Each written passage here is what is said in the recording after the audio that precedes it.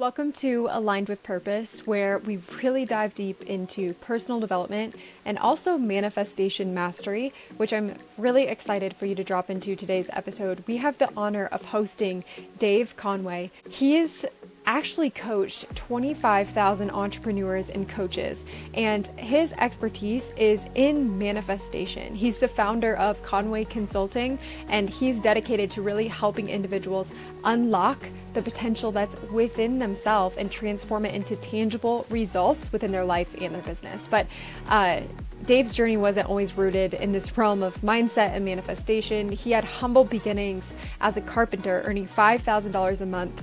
And then his life took a really monumental turn when he discovered the profound power of manifestation.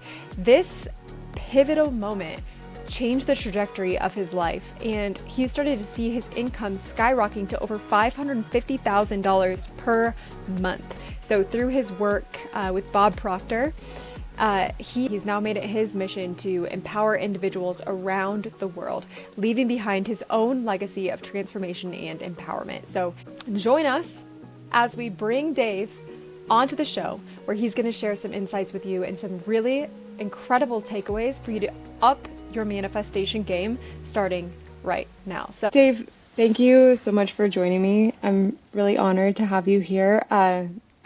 I'm curious, for you and your experience of entrepreneurship, what does that mean to you, being aligned with purpose? Yeah, it's a cool question. Well, I never really identify as an entrepreneur, to be honest. I'm not even sure if I identify as one today. I guess I am one, like maybe a serial one. But the idea of like being an entrepreneur, I don't know. I don't think it was really a decision. I just found out something that I really love to do, which is to teach mindset to people. And I think internally I always do fight for freedom. It's in school when I was growing up, I used to always get in trouble all the time, or be out in the hallway all the time. And I think it was because I was always just pushing back against anyone that was trying to, like, that I perceived take my freedom. So for me, the entrepreneur route, I think, is the only way that I would be able to live, actually, to be honest. So yeah, aligned with purpose. If you find out what you love to do and you can dedicate your life to it and you can make good money while you do it, well, then I think you're on purpose. Totally. I love that answer. So then for you on your journey, it sounds like now you're doing that. Like, you are the definition, in my opinion, of like someone who is fully aligned with their purpose and becoming more and more aligned to that as your journey continues and unfolds. Looking back, I would love to hear a bit of your story. At one point, did you feel like that wasn't the case? You weren't in alignment? At what point? What about all the points? Right? Before now? So I first went to business on my own in 2006 as a carpenter. So I was in carpentry. And I started carpentry and then I started my own business doing that. And I got stuck. I got stuck into the construction industry for almost 13 years, and I never liked it. I just had this moment in my life where my life changed a lot, and I guess I lost a lot of my confidence.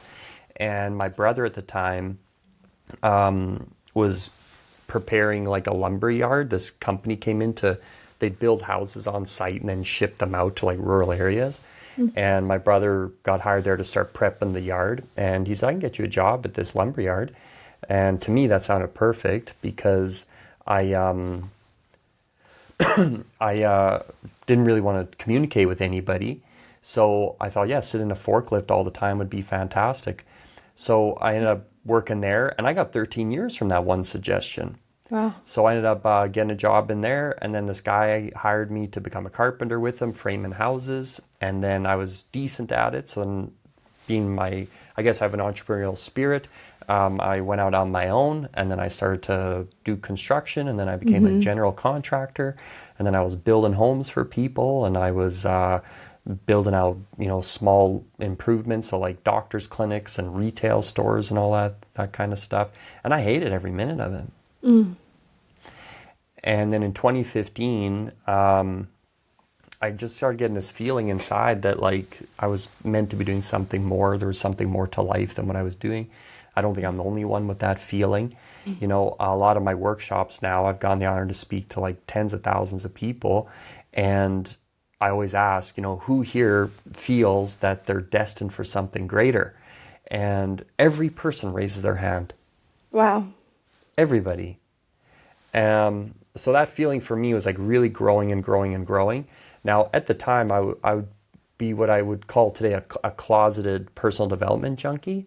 So I was like, I like did shit. Like, I was like, oh, I hadn't come out of the closet, hadn't come out yet, sharing with the world yet that I love personal development and I loved spiritual stuff and mental sciences and praying and God and all that stuff.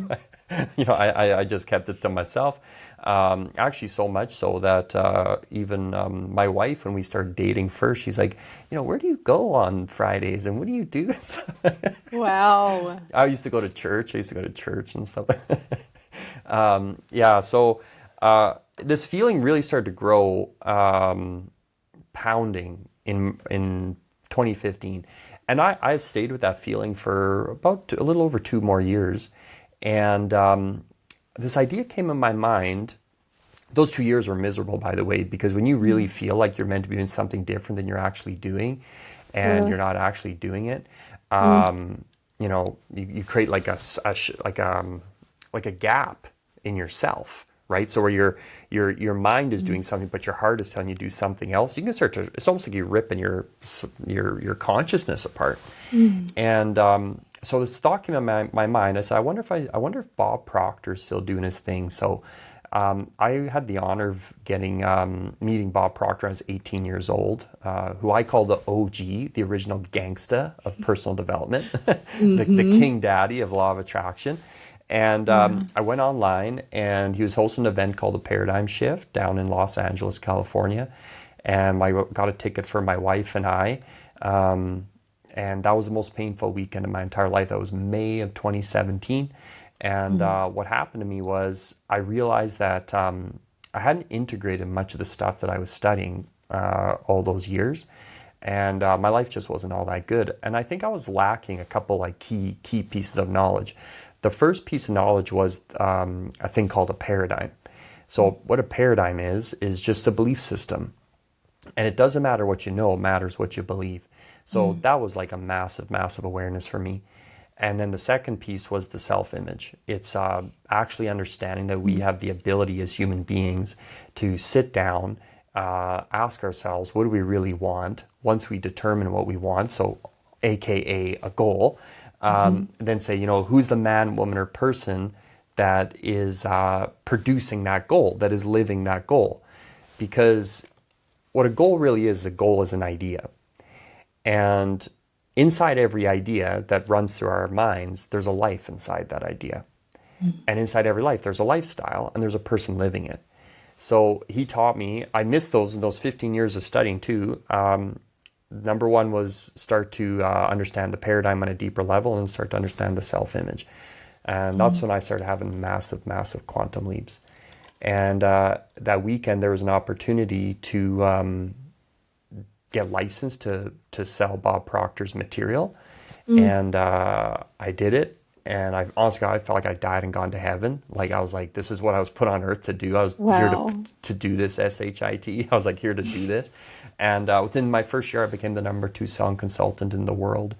In a little over 2 years, I was earning over $1 million a year doing this, speaking to people all over the place. This year, we crossed just shy of $7 million in coaching sales. Just unbelievable. Wow. My life is just like a fairy tale now. Wow.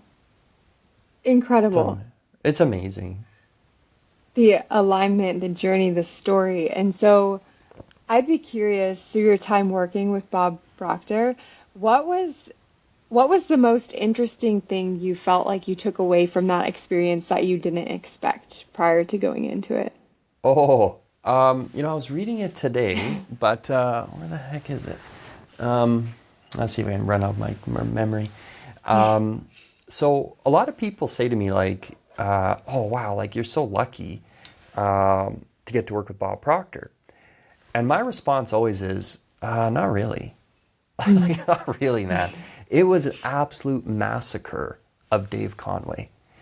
In my first year, well, about 18 months. In my first 18 months, I had changed so much that my own wife, Jack, sat me down and interviewed me, asked me 33 questions because she didn't know who I was anymore. Wow, really?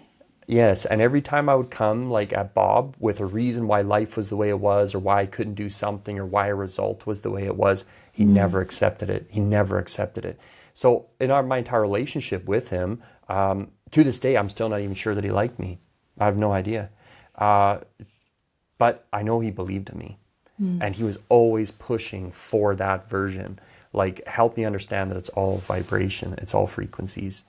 And I think a lot of people in the world today that go into manifestation, manifestation gets a bad rap. I think a lot of people justifyingly have it. It's almost like what's happened to manifestation is what happened to religion, where like people like don't trust religion no more. It's like they because some of the BS that happens in religion. Well, it's the same with manifestation. So the key, what I believe is what he taught me more than anyone else in my life, was that true manifestation is manifesting a new version of yourself. So each individual in the world is naturally producing their life. Like, they may not like their life, but they are naturally producing it. So if you want to manifest a new life, the key is in starting to manifest a new version of yourself. And he helped me do that, and he taught me how to do that for myself. Even before this podcast today, I was actually designing my new 2024 version of Dave Conway. And yeah, he's brilliant. I can't wait to meet him. Oh, that's really intriguing. So, this new version of you that's coming to life in 2024, what were some of the prompts or activities that you would have brought yourself through to figure that out so that you can Oh yeah. intentionally manifest? Yeah, it's actually very, very simple. So manifestation, controlled manifestation starts in the imagination. So it's very, very simple. Like, you sit down, take a pen and paper. At the top of the paper, you can just ask yourself, like, what do I really want? Like, what do I really want? And make sure you're not like saying small incremental growth. So that's one massive thing that Bob taught me. Is like, I was a carpenter earning $5,000 a month. And on May of that weekend, I wrote down I was earning $100,000 a month as a mentor. Like, that's 20x of the income, but not just 20x of Yeah. the income, completely different profession too. Yeah. So he taught me to start to like stretch the imagination out as far as you can, and start to go after that in a 1 year increment. So I wrote out what I really want. Well, I wanted $100,000 a month. I wanted to do this. I wanted to be world class at it. I wanted thousands of clients all over the world. I want healthy body, healthy mind. I want. I wrote like a ton of stuff down. And that's what you can do. So as you write all that down, I do the same thing for 2024. What do I want to see happen in 2024? And as I write all that stuff down, you find it just comes out very naturally. Totally. And then I ask myself, okay, who's the man that's producing that? So where do I have to tighten? Where do I have to sharpen the axe? And all I do is build a clear mental picture of that man. Once you build a clear mental picture of that man, woman, or person, and you keep through repetition impressing that upon our subconscious mind, you'll find that your world starts to naturally move that way. Yeah. I'm curious your thoughts. It's really in alignment with this. I actually today, on timing, just finished the book Ask and It Is Given. Oh, Abraham Hicks, Ask and It Is Given. oh yeah, yeah. I'm Go ahead. curious your take on this because a lot of the book is about manifestation and the whole idea here. I'm curious if this is in alignment for you, is as soon as you ask, universe, God, like the message is received. Now it's just you giving space to allow the manifestation to occur, and that's where a lot of people put the block up. It's because a lot of times we're looking more at the absence of the thing versus staying focused on the thing itself and trusting that it's already on its way. I'm curious your take on that. Do you agree with that? Yeah, I think the only reason a person would never manifest something into their life, like intentionally, is they've never actually made a decision. So Yeah. that's what it is. Like in every decision, there's two decisions. So there's like a decision to do it, and then there's a decision to do it. So I think her advice is 100% accurate. Because once you make a decision that's you are going to do something, or you're going to be something, or you're going to serve someone, or you're going to receive something, once you make that decision, it's done. 100%. Now, usually what happens is I kind of have some different perceptions on it. One day I asked myself, like, what's God's paradigm? Like, what's the universe's paradigm? What the hell's the universe up to? And the answer came very, very fast. The universe's paradigm is support. The universe's paradigm is giving. That's all it does. Like, Yeah, I don't think the sun's shining where I am today. It's, it's never been like, no, not today, Dave, you've been bad or whatever. It's not like Santa with good girls. It's like, pulls it back. Like, it's always just giving and giving and giving. And what I found is that when you start to manifest in harmony with the universal laws, what usually happens is that the universe will open up an area in which you get to serve. So I think even a lot of entrepreneurs out there, they try to design their life for themselves. I personally don't relate to that. I am totally obsessed with just helping people get what I'm saying. And I found that my life is just taken care of for me. Outside that, like prosperity, wealth, health, relationships, the whole thing. It's just more and more love. Love begets more love. It just keeps coming and coming and coming. So yeah, I would agree 100% with her. No question. Yeah. That's You got to beautiful. understand what you are. Like, we have to understand what we are. We're a spiritual being. We have an intellect and we live in a physical body.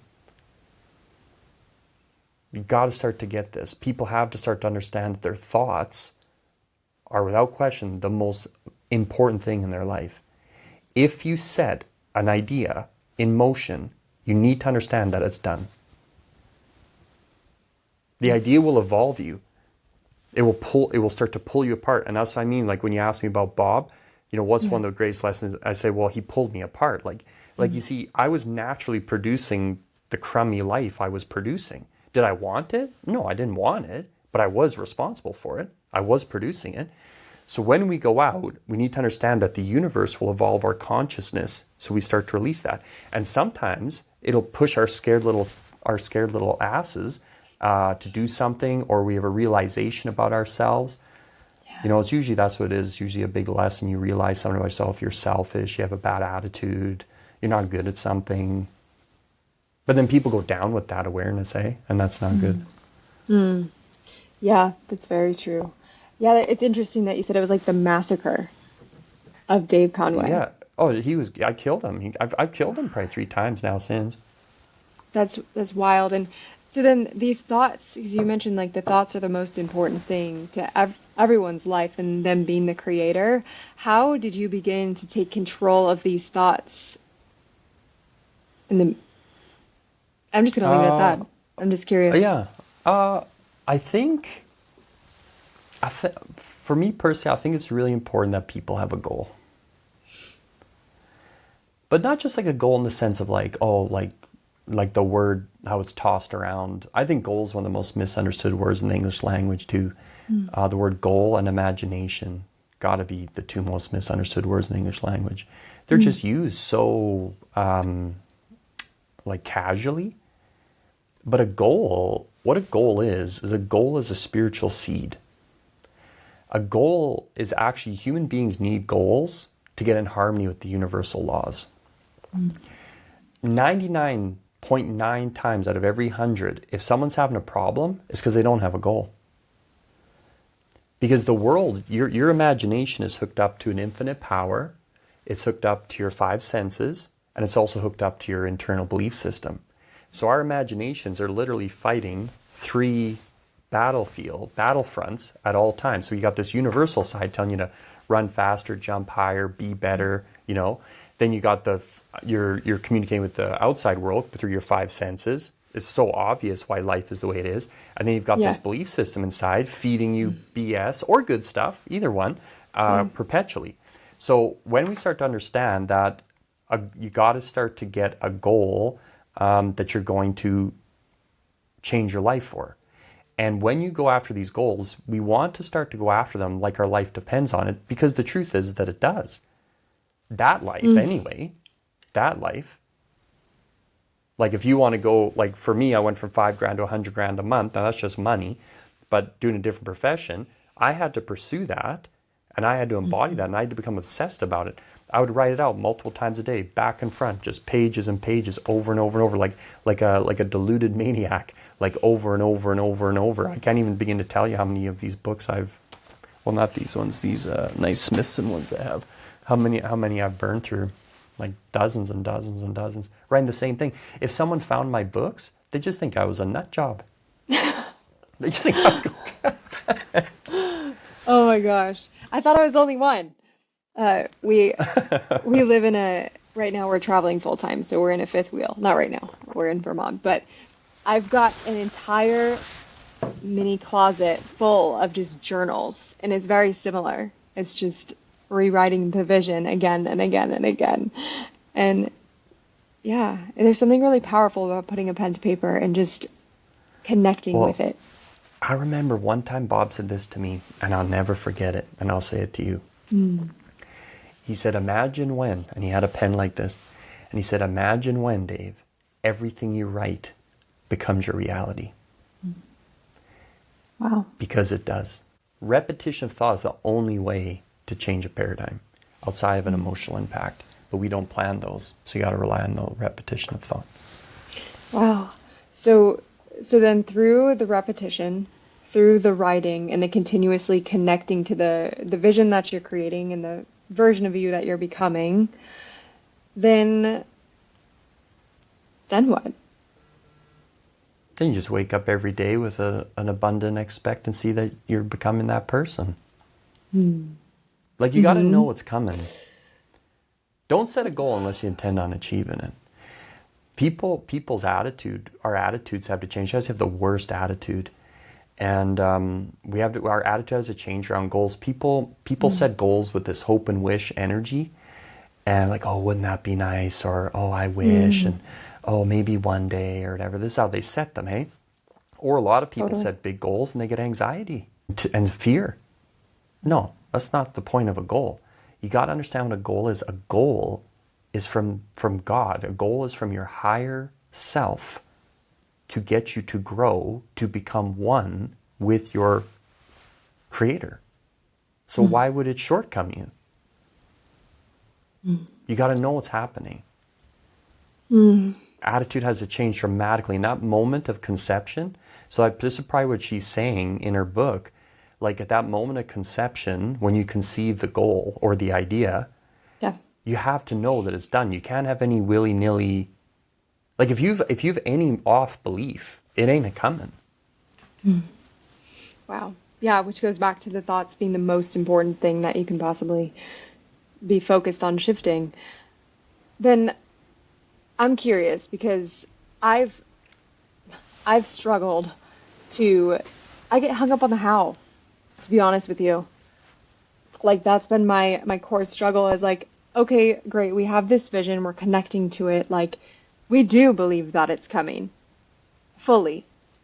But then there's today we need to do this, this, and this to get us further on the path. Like, how do you balance the doing from the being? Yeah, you don't. That's the crazy thing. That's what her book has been saying as well, by the way. You need to read this book. You're going to love it. I'll read it. I wrote it down. I'll read it for 100%. No, you don't actually at all. Like, I share these numbers with you, not like I'm indifferent to them, truthfully. They're just a showcase of how much my life has changed.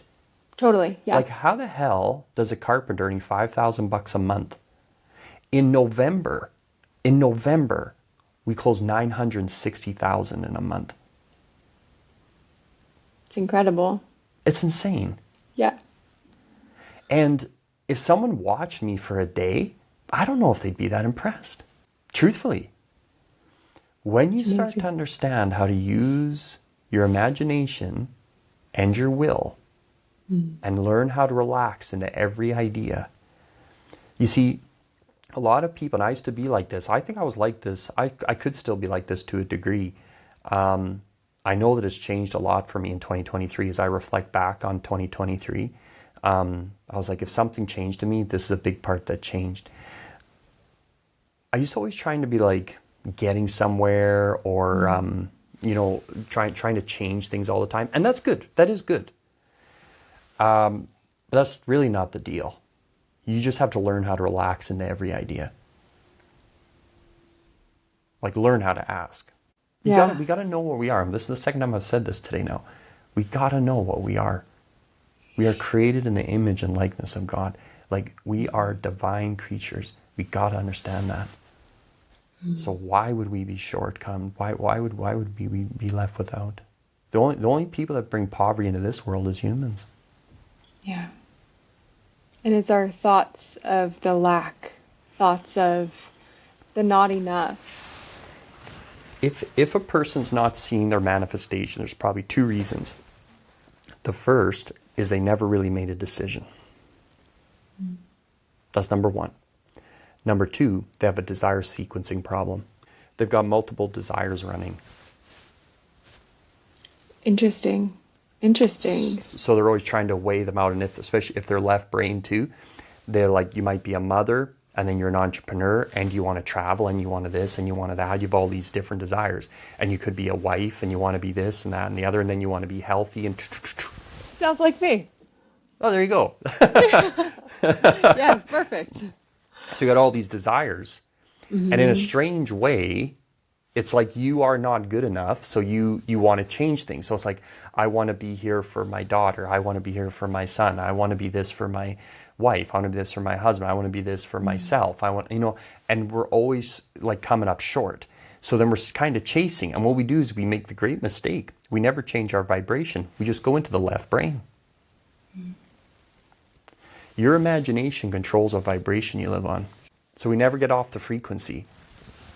So we keep producing the same results. Oh, we can work. And then we'll have moments of satisfaction where we think we're getting somewhere for a period of time. But then when you look at the results, you're like, shit, man, these are barely even changing. Interesting. Yeah. So then on the day-to-day, if we're not focusing on how to do something, we're connecting to the vision, fully believing that it's happening. Oh, no, it's already done.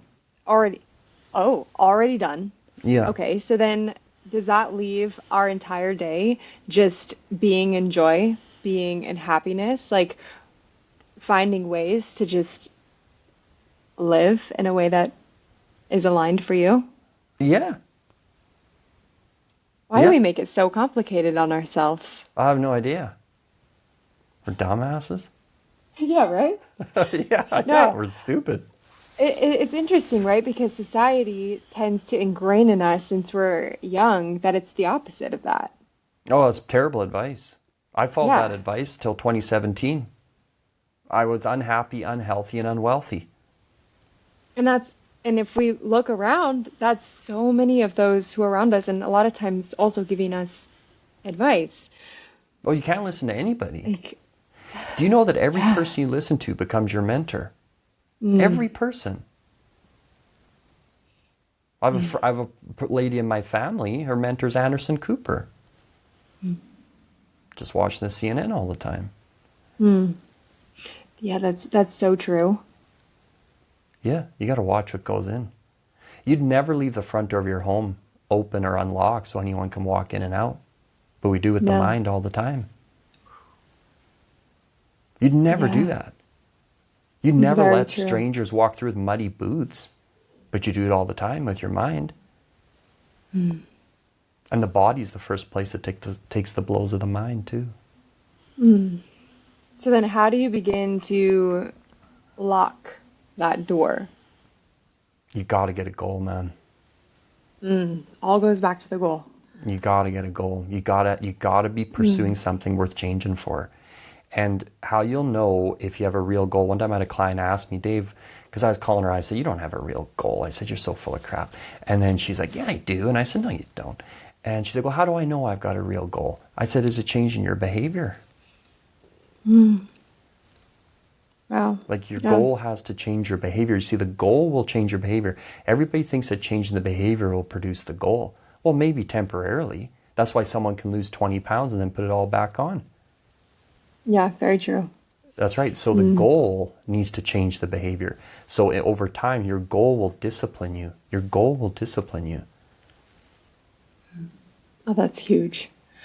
And then you mentioned goals, like the mother entrepreneur wants to travel, like all of those different elements of the goal, but you said it needs to be more focused. Like you need to choose one of those things. Did I understand that correctly? Like how would you make it so the goal is more clear with one thing? Yeah. So for me, I orientate all my goals around money because they're Okay. trackable. And then I'll sprinkle, is what I call sprinkling the goal card. So like this year in 2024 for me, like health is a big thing. But I'm still, my annual or my monthly income goal is still my primary. But I know that the only thing that'll stop me today, I'm 40 next year, I know that the only thing going to stop me from achieving my next goal will be my health. Like I know that. It won't be my mind, it'll be my health. Interesting. So yeah, So get then you, right locked in. so locked in goal around money, and then would there be like can you do like a secondary goal around health, Oh, or would sure. it all just, Yeah. okay, so you could Yeah. have Like you could have a multiples. house. Yeah. It could be like, so if you want a vehicle, a house, a lifestyle, Okay. health, relationships, you want to be more loving, you want to have more confidence. Maybe you want to grow your team to a certain point. I call it sprinkling the goal card. And then what starts to happen is you got this big goal. I think people call them BHAGs or whatever. So you got these big BHAGs, but around I sprinkle them with all these different motivations. And then what happens is as I progress through the year, you just totally scratch them off. But Yeah. I'm not one to track. Like I'm a different kind of guy. Like I'm not one to be like, okay, we did this and this and that's not how I roll. Yeah. It's also not how it works. It's not how it works if you're following this philosophy. Yeah. If you want to follow the other ones, which the world loves and YouTube loves, I used to write for Forbes, I used to write for Entrepreneur, and we had to stop writing for them because they were screening everything I was saying. Oh, wow. And I just thought, well, maybe it's just not our audience, so we just stopped. Interesting. Interesting. And when we're talking about where you're keeping these goals, it's kept going back to the goal is the most important thing. So for you, is that continuing to write it in a book, or do you have, I don't know, do you recommend any other tools to help someone continue to connect with this goal, or just good old pen to paper as Yeah, always? good old pen to paper works great. Yeah. So you can write it, you can visualize it, you can auto suggest it. The key is that you're thinking about it all the time. Okay. It's exciting. This is a great topic coming It's around the new amazing. year. It's It amazing. really is. Like there's a book called Think and Grow Rich. It's not work your ass off and grow rich. Ooh, yes. It's not. It's not plan your ass off and grow rich either. Yeah, and I'm curious for you, as I actually was hosting a group session this morning, and I was talking with all the entrepreneurs and all the coaches. I'm like, why did you start this business? Everyone said freedom, yet only the half of the room said they actually felt free. Oh yeah. Isn't that interesting? Well, That's, freedom's a decision. yeah. Yeah, like I've done over 10,000 one-on-one coaching calls now, and I'll tell you, every person I've ever met, they all want freedom, 100% of them. But Yeah. I'd also tell you only less than 1% are actually ready for it. And choose it. Well, you'd have to give everything up. You'd have to become detached. And Like how have you found that detachment? in which way? Like the detachment from the idea of holding on to the things that you used to do before. or the way it used to Well, be? I've gotten a pretty healthy understanding today that the outside world is a secondary world, that it's the inside world that's going to produce it. So I've stopped letting the outside world dictate how I feel on the inside. It's really So powerful. Yeah. you just got to detach. We are powerful.